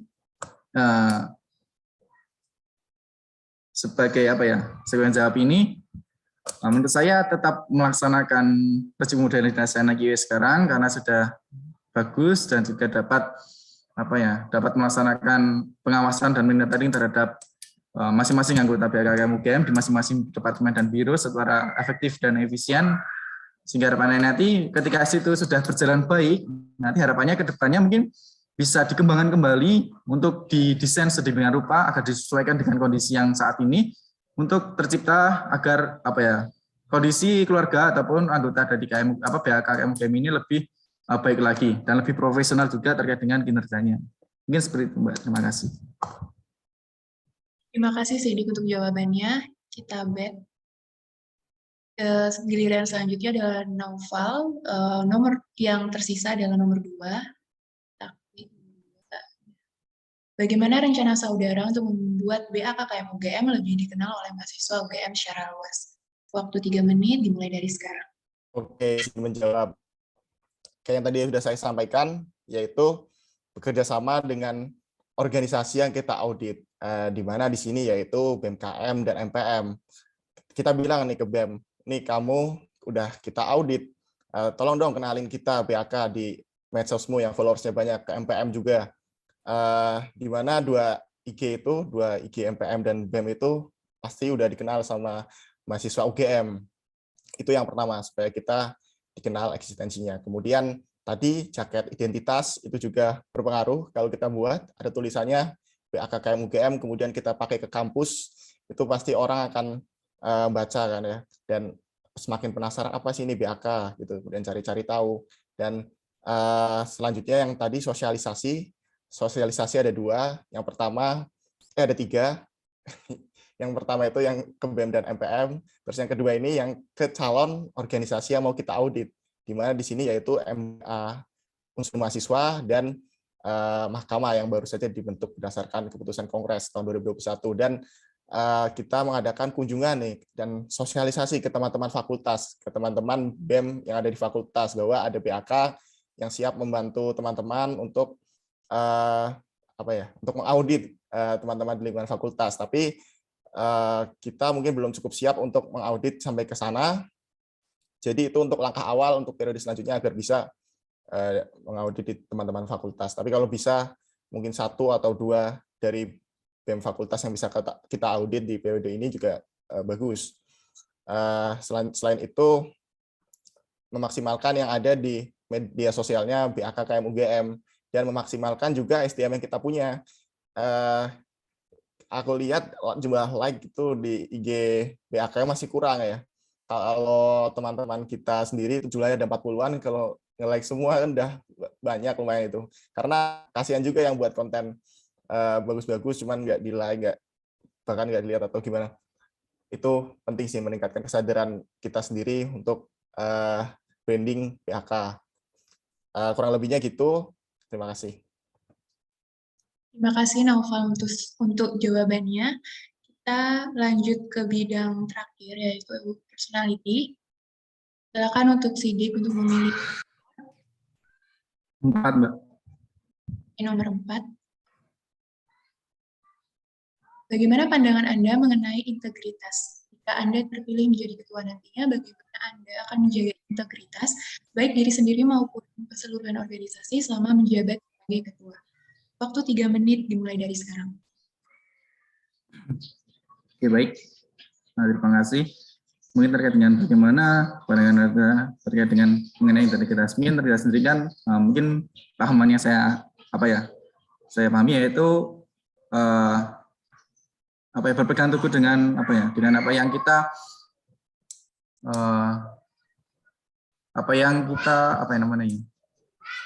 kita putuskan ataupun kita sepakati.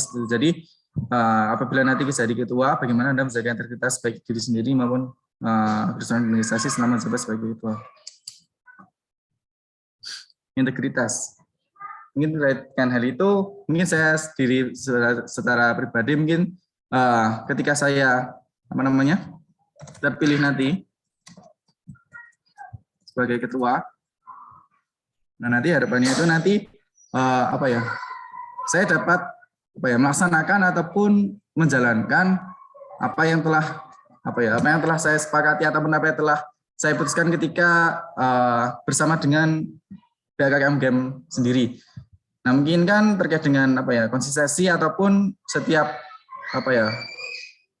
kebijakan ataupun nanti bisa terkait dengan program-program yang akan dilaksanakan itu saya akan laksanakan secara sepenuhnya berintegritas terkait dengan hal tersebut. Nah, bagaimana untuk keseluruhan organisasi, maka ketika awal kepengurusan pun juga kita menekankan kepada seluruh anggota BKKM UGM sendiri untuk selalu berintegritas atau dalam menjalankan tanggung jawabnya. Mungkin bisa dibilang ketika itu tidak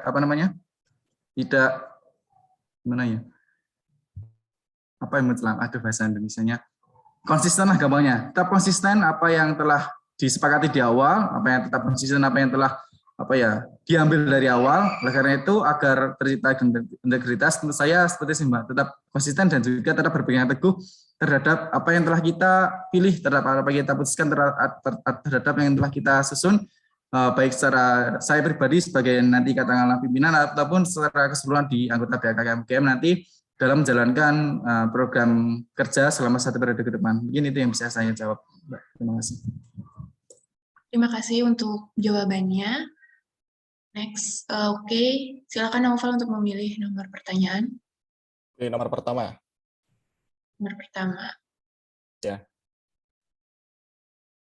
Nah, berdasarkan SA 100 tentang standar umum pemeriksaan, dalam paragraf 3 disebutkan bahwa pemeriksa Badan Audit Kemahasiswaan KM UGM haruslah mempertahankan integritasnya dengan melakukan tugasnya secara independen, bersikap profesional, dan mempertahankan sikap skeptisisme profesional. Jelaskan pendapat saudara tentang skeptisisme profesional dan bagaimana saudara mempertahankan skeptisisme profesional ini tersebut pada lingkungan BKKM UGM. Waktu 3 menit dimulai dari sekarang. Oke, tentang profesional ya. Kalau bagi saya ini profesional merupakan kita harus menjalankan tugas yang diamanahkan kepada kita sebaik mungkin. Kita tidak takut akan intimidasi dari pihak luar. Oke, aku mau cerita aja kalau tentang profesional ini. Jadi pengalamanku di pemilu kemarin tahun 2021, aku jadi komisioner di Banwaslu. Di mana Banwaslu ini menangani sebuah kasus yang cukup besar kemarin. Mungkin ada sebagian dari kita yang tahu. Di situ mungkin aku merasakan sedikit konflik ya, di mana orang yang kami investigasi, salah satu presma itu merupakan teman dekat saya. Kita biasa nongkrong bareng, kita biasa ngobrol bareng, sharing bareng. Tapi bagi anggota Banwaslu, sebagai komisioner Banwaslu, saya harus tetap menjalankan tugas saya, walaupun dia teman saya, tetap harus kita beri sanksi, kita putuskan seadil mungkin menurut undang-undang yang berlaku di KM UGM. Walaupun itu banyak tekanan gitu dari pihak ya bisa dibilang di sini Parma atau dari teman-teman yang lain gitu, tapi pada intinya kita tetap mempertahankan profesional kita, walaupun teman tetap menjalankan tugas yang diamanahkan kepada kita. Menurutku itu profesional seperti itu. Terima kasih sudah menjawab. Oke, terima kasih untuk jawabannya. Selanjutnya gilirannya Sidik untuk memilih pertanyaan di luar nomor 4 dan 1. 2, Mbak. Nomor 2. Apa kompetensi dan karakter yang saudara miliki sehingga saudara layak untuk menjadi pimpinan BKKM UGM? Waktu 3 menit dimulai dari sekarang. Baik, untuk menjawab hal ini, mungkin yang pertama kompetensi dan karakter. Mungkin kompetensi yang pertama, karena yang pertama saya adalah mahasiswa dari akuntansi, yang mungkin lebih tepatnya akuntansi publik di UGM. Nah, dimana kan akuntansi kan belajar ataupun mempelajari terkait dengan akuntansi dan laporan keuangan, auditing, dan lain sebagainya. Maka dari itu merupakan salah satu kompetensi saya, mengapa saya layak untuk menjadi pimpinan BKKM UGM. Di mana sebagai anak akuntansi pun dapat istilahnya dapat mengetahui lebih dalam ataupun lebih memahami terkait dengan proses akuntansi, proses auditing, dan proses laporan-laporan keuangan dalam hal mungkin bisa dibilang perusahaan ataupun entitas organisasi seperti itu. Terus dengan karakter juga, mungkin karakter sebagai pribadi, mungkin terkait dengan sebagai pimpinan ya. Mungkin pengalaman sebelumnya bahwa bisa saya bilang terkait dengan ini, sebelumnya karena saya memiliki pengalaman terkait dengan mungkin sebagai pimpinan juga seperti itu di salah satu organisasi maupun di sebuah kepanitiaan. Nah, dengan pengalaman tersebut saya telah istilahnya memiliki pengalaman banyak terkait dengan suka duka dan tantangan ataupun apa yang harus dilakukan ketika menjadi pimpinan sebuah organisasi ataupun kepanitiaan tersebut. Baik bagaimana cara menghandle program kerja, cara menghandle anggota, masing-masing anggota, agar mereka tetap berjalan sesuai dengan arahan secara profesional dan secara totalitas dan tanggung jawab untuk menjalankan program kerja yang telah kita susun. Nah, maka oleh karena itu mungkin saya pikir kompetensi saya sebagai mahasiswa akuntansi dan juga sebagai yang saat ini sudah mempelajari hal-hal tersebut terkait dengan akuntansi, auditing dan sebagainya, dan juga karakter yang sebelumnya saya memiliki pengalaman di sebagai pimpinan juga di organisasi ataupun kepanitiaan, bagaimana cara memanage sebuah organisasi ataupun kepanitiaan agar organisasi tersebut atau kepanitiaan tersebut dapat berjalan sesuai dengan tujuan yang awal ditetapkan, dapat on track dan dapat terwujudnya visi misi tujuan dari organisasi dan ataupun kepanitiaan event tersebut. Itu yang dapat saya jawab. Terima kasih. Baik, terima kasih jawabannya Sidi. Selanjutnya gilirannya Naufal, nomor yang tersisa adalah nomor 3. Yang nomor 3 adalah gaya kepemimpinan seperti apa yang ingin Anda terapkan di BAK KM UGM dalam satu periode ke depan. Waktu 3 menit dimulai dari sekarang.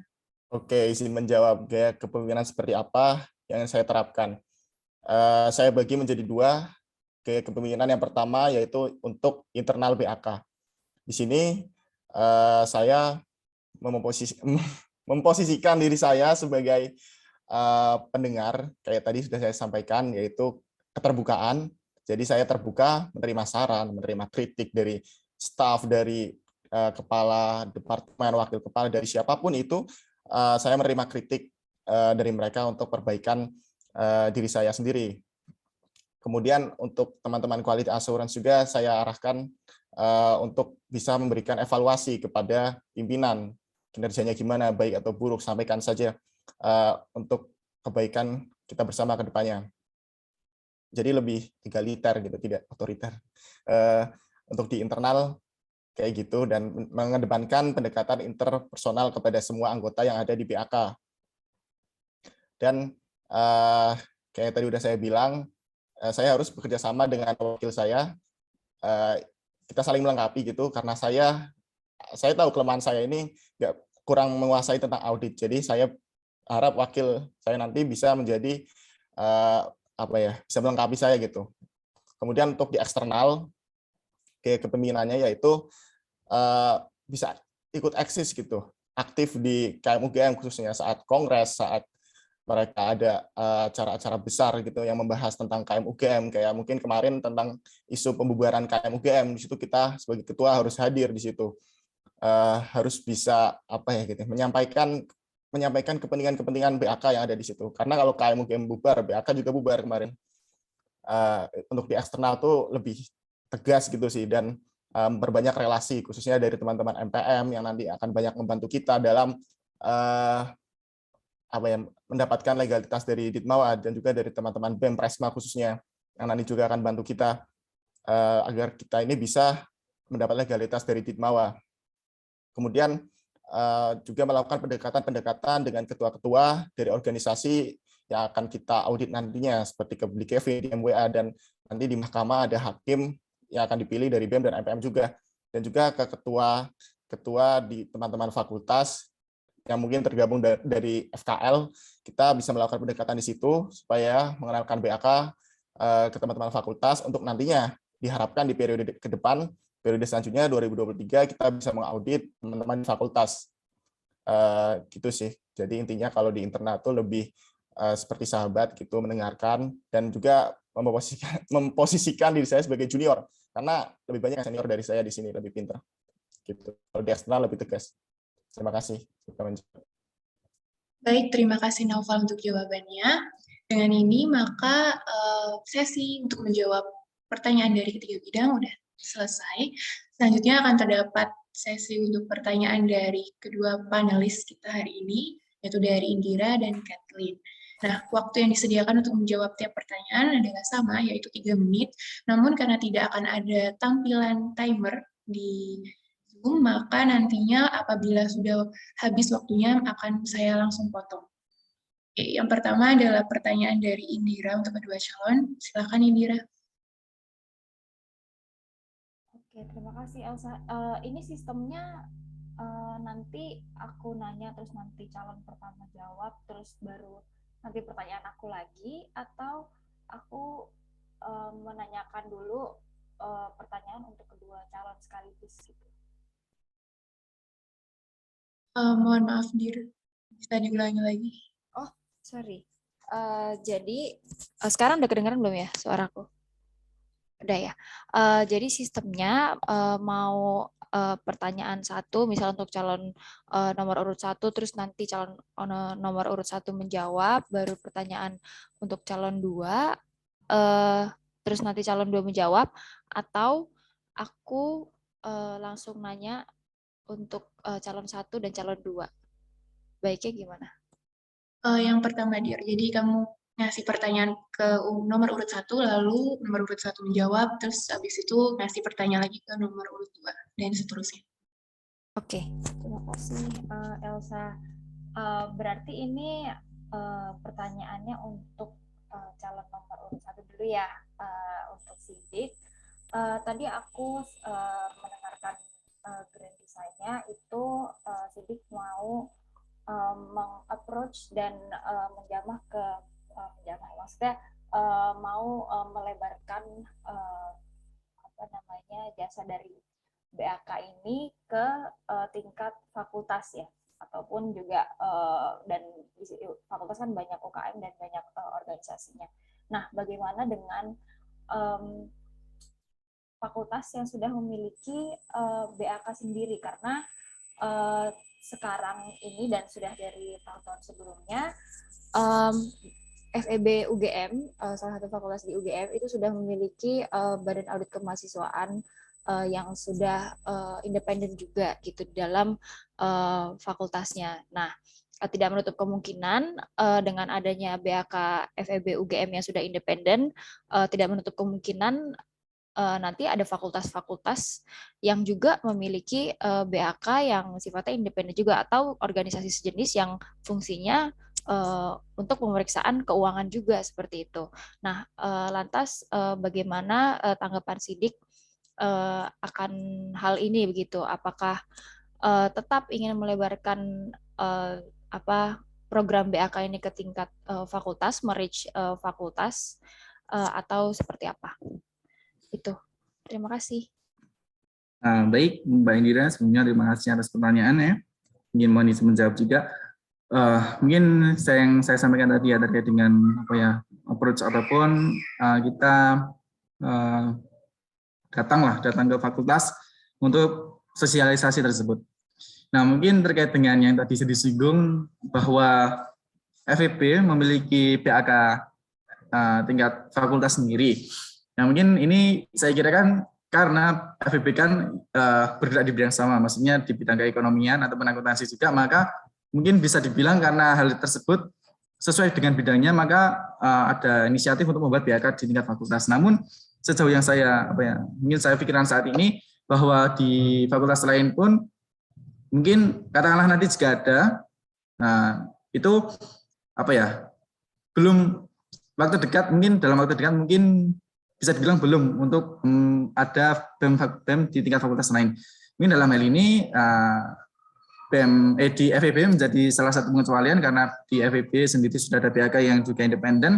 Mungkin nanti kita komunikasinya tidak langsung ke yang ada di FEB, mungkin kita bisa ke BAK FEB untuk menjalin komunikasi untuk terkait dengan apa yang terjadi ataupun dinamika yang berada di FEB.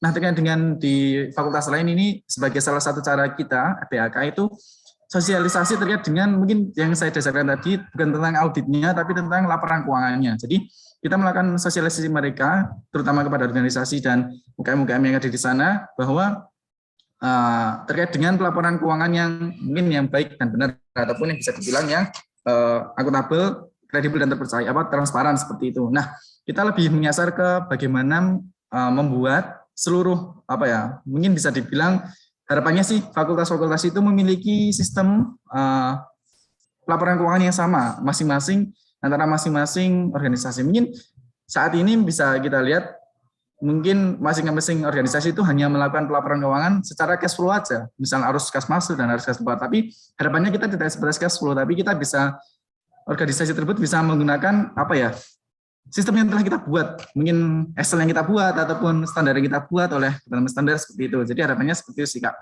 Nah nantinya ketika nanti itu sudah berjalan dan itu sebagai salah satu cara juga kita memperkenalkan BAK kepada teman-teman fakultas agar teman-teman fakultas juga mengetahui bahwa ada BAK yang bertugas sebagai audit. Dan mungkin kita bisa membuka salah satu jasa lagi kita sebagai konsultan laporan keuangan. Nah, harapannya nanti teman-teman masing-masing organisasi itu bisa berkonsultasi ke kita dengan bagaimana sih laporan keuangan yang baik dan benar khususnya untuk masing-masing keuangan, tim keuangan ataupun bendahara di tiap-tiap fakultas. Dan harapannya nanti ke depannya ketika ada BAK di masing-masing fakultas tersebut malah salah satu gebrakan yang bagus. Oleh karena itu kan bisa sebagai memperingan kita untuk atau mempermudah kita untuk menciptakan tata kelola keuangan KM-UGM yang sesuai dengan standar, terus akuntabel, kredibel, dan transparan seperti itu. Mungkin itu Kak yang bisa saya jawab. Terima kasih. Oke, terima kasih Sidik. Elsa ini selanjutnya langsung ya? Iya, Dir. Oke. Untuk calon nomor urut 2 ya, Noval. Dalam Grand Design tadi disebutkan kalau Noval mau memulai audit organisasi selain BEM sama MPM itu, yaitu memilih MWA-UM dan juga mahkamah gitu ya. Mungkin tadi sinyal di sini kurang jelas atau bagaimana, tapi aku pengen tahu alasannya lebih jauh dan lebih dalam lagi kenapa memilih MWA-UM dan mahkamah.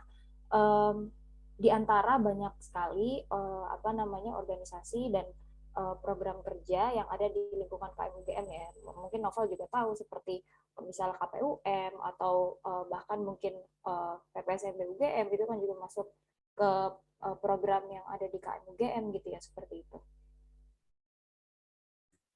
Oke, makasih Mbak Indira atas pertanyaannya. Izin menjawab. Sebenarnya ada banyak pilihan yang bisa kita audit ya. Ada tadi disebutkan MWA-UM, mahkamah, bahkan ada event yang besar sekali, PPSMB UGM, terus ada KPUM. Kenapa mereka ini nggak kita audit ya? Kembali lagi ke skala prioritas dan keterbatasan SDM kita. Jadi karena itulah aku memilih target minimal minimnya itu ada MWA-UM dan mahkamah yang bisa kita audit di periode ini. Syukur-syukur kalau bisa lebih, tapi minimnya ini dua. Kita realistis saja melihat SDM kita dari segi dan dari segi kemampuan. Kenapa MWA-UM dan mahkamah? Karena kalau kita baca di ADART KM-UGM itu terdiri dari BEM KM-UGM, MPM KM-UGM, di situ ada DPM-UF dan ada DPM-UP. Kemudian di situ ada MWA-UM itu hanya ada 1 orang, ya disertai dengan badan kelengkapannya. Kemudian di situ ada organisasi yang ada di tingkat fakultas. MWA-UM itu ada BAK KM-UGM di nomor 4. Kemudian selanjutnya ada organisasi yang ada di fakultas. Kemudian selanjutnya ada organisasi tingkat departemen dan jurusan. Dan terakhir seluruh mahasiswa yang tergabung dalam KM-UGM. Kalau dilihat dari urutan itu, dan yang terakhir yang perubahan yaitu mahkamah. Jadi kalau dilihat dari urutan-urutan itu, MWA-UM ini jadi satu yang prioritas. Apalagi MWA-UM ini di dalamnya itu kan ada 1 orang unsur mahasiswa, dan di MWA sendiri di situ ada Sri Sultan, di situ ada menteri, di situ ada rektor, dan berperan memilih rektor juga MWA. Ini organisasi yang besar dan prestis gitu kalau kita bisa audit MWA-UM. Kemudian untuk ya, kemudian untuk mahkamah ini merupakan baru. Jadi negara mahasiswa ini ingin membentuk sebuah trias politika, ada legislatif, ada MPM, ada eksekutif BEM, dan terakhir ada yudikatif yaitu mahkamah. Ini merupakan sesuatu yang baru, jadi kita mau mengaudit di situ karena kalau kita baca di ADART itu ada 3 pengurus inti dari KMUGM, BEM, MPM, dan mahkamah. Ini lebih ke prioritas sih kenapa saya memilih 2 ini. Kalau syukur-syukur bisa lebih ya bisa kita usahakan gitu. Terima kasih. Semoga menjawab. Oke, terima kasih Natal atas jawabannya. Oke, terima kasih untuk Indira atas pertanyaan untuk kedua calon pimpinan. Selanjutnya, gilirannya Kathleen. Silakan untuk memberikan pertanyaan untuk kedua calon. Oke, makasih Kak Elsa. Sebelumnya minta maaf belum bisa on cam karena lagi ada rapat penting juga di sebelah, organisasi sebelah. Mungkin ini bisa dicatat dulu pertanyaannya. Pertama itu kan buat Wahyu ya artinya.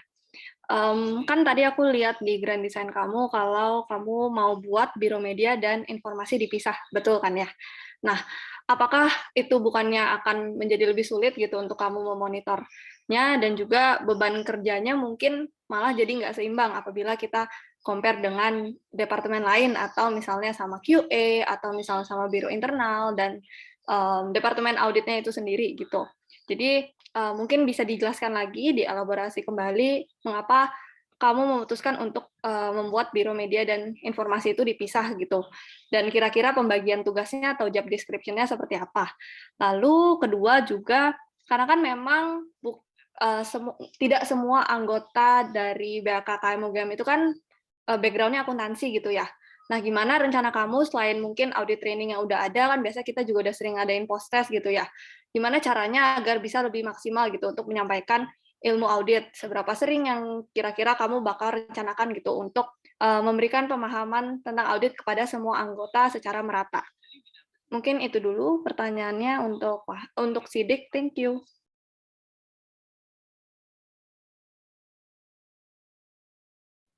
Oke, terima kasih Mbak Ketna atas pertanyaannya. Ini sebelumnya suaranya saya jelas kah?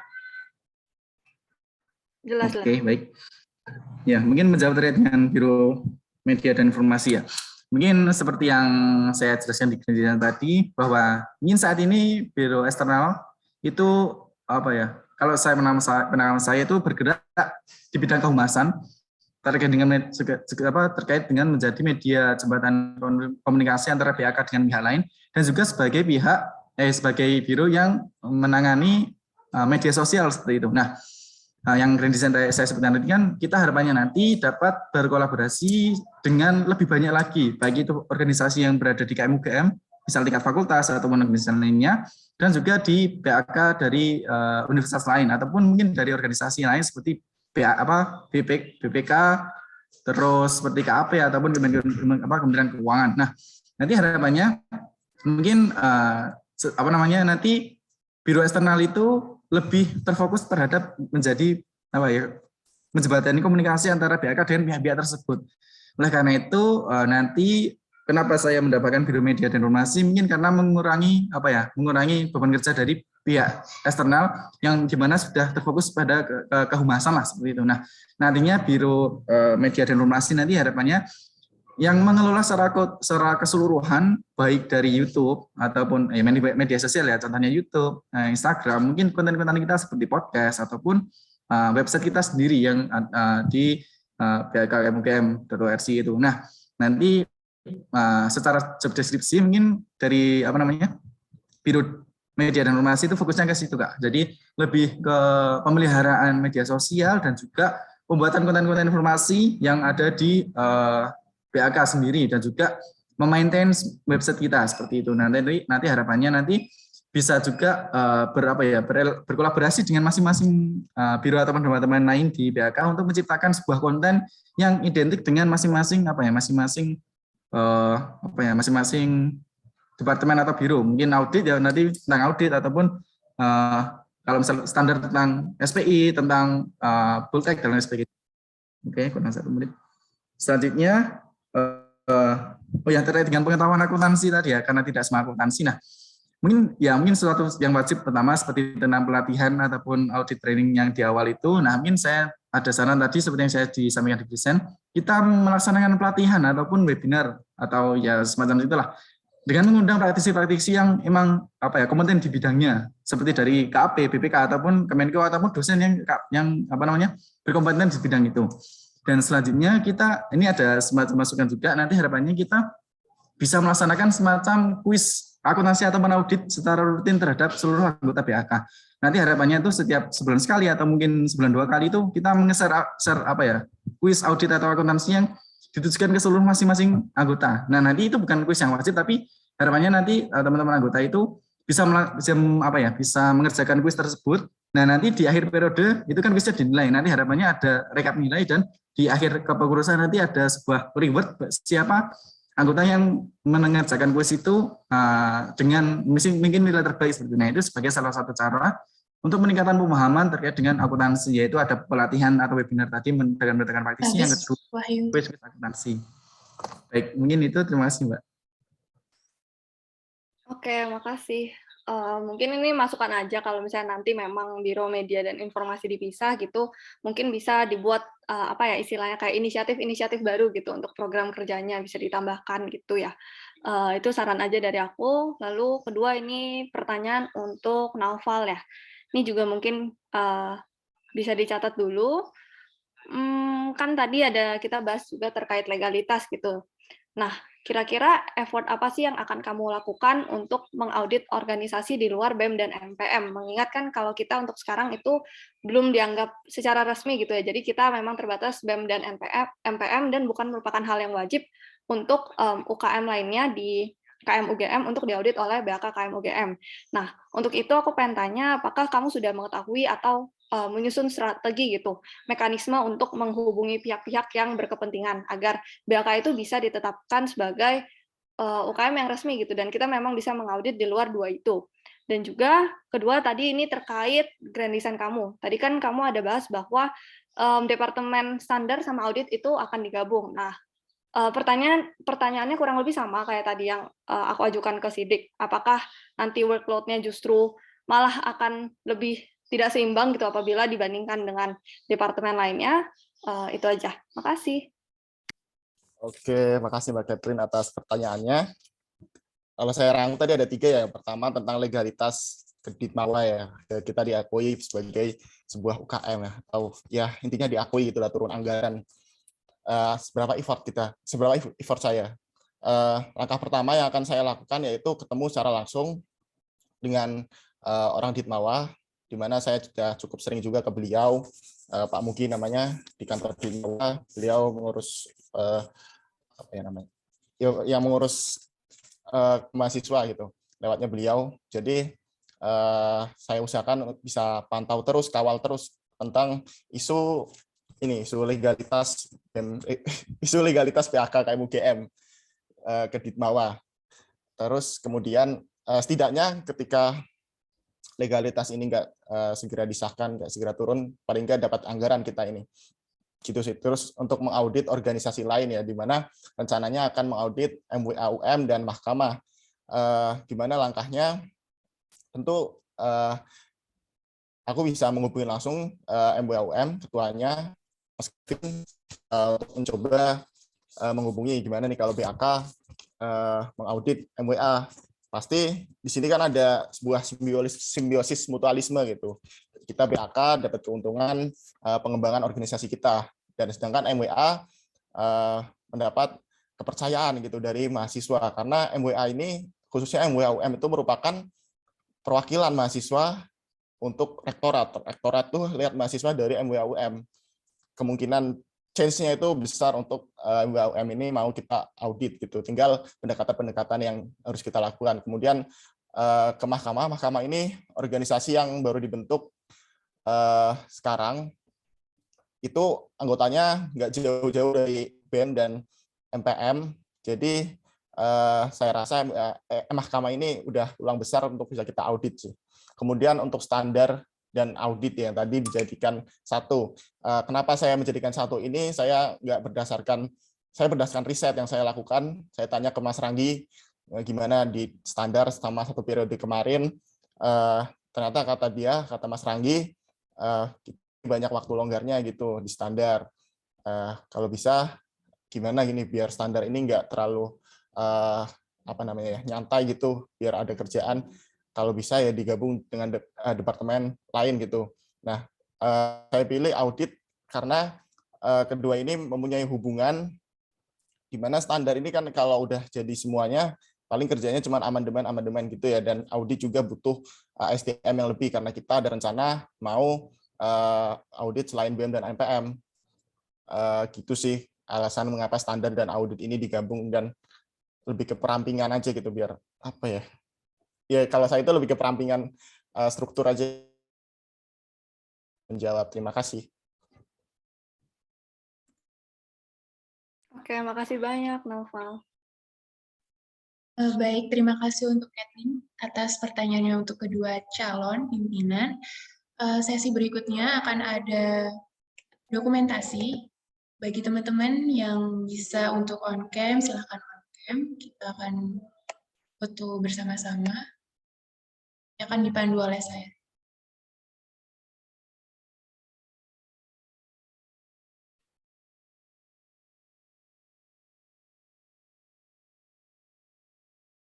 Oke, akan saya mulai. 1, 2. Oke, hanya 1 slide. Oke, selesai.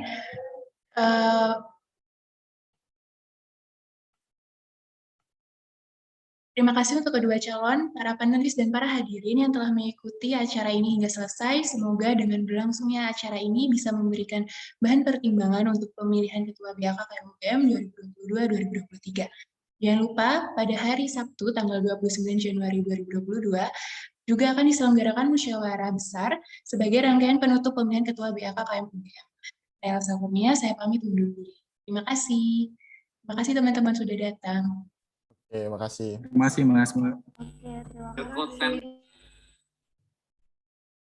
Terima kasih Elsa, terima kasih Sidik. Pak Elsa, nanti ya pas musyawarah ini kita perlu presentasi lagi nggak ya? Ya, ada sesi presentasi lagi. Oh, presentasi lagi. Oke. Ya, ya. Ya, makasih Mbak, Mas. Oke, terima kasih semua. Terima kasih ya. Kasih. Aku leave dulu. Ya. Juga Gir.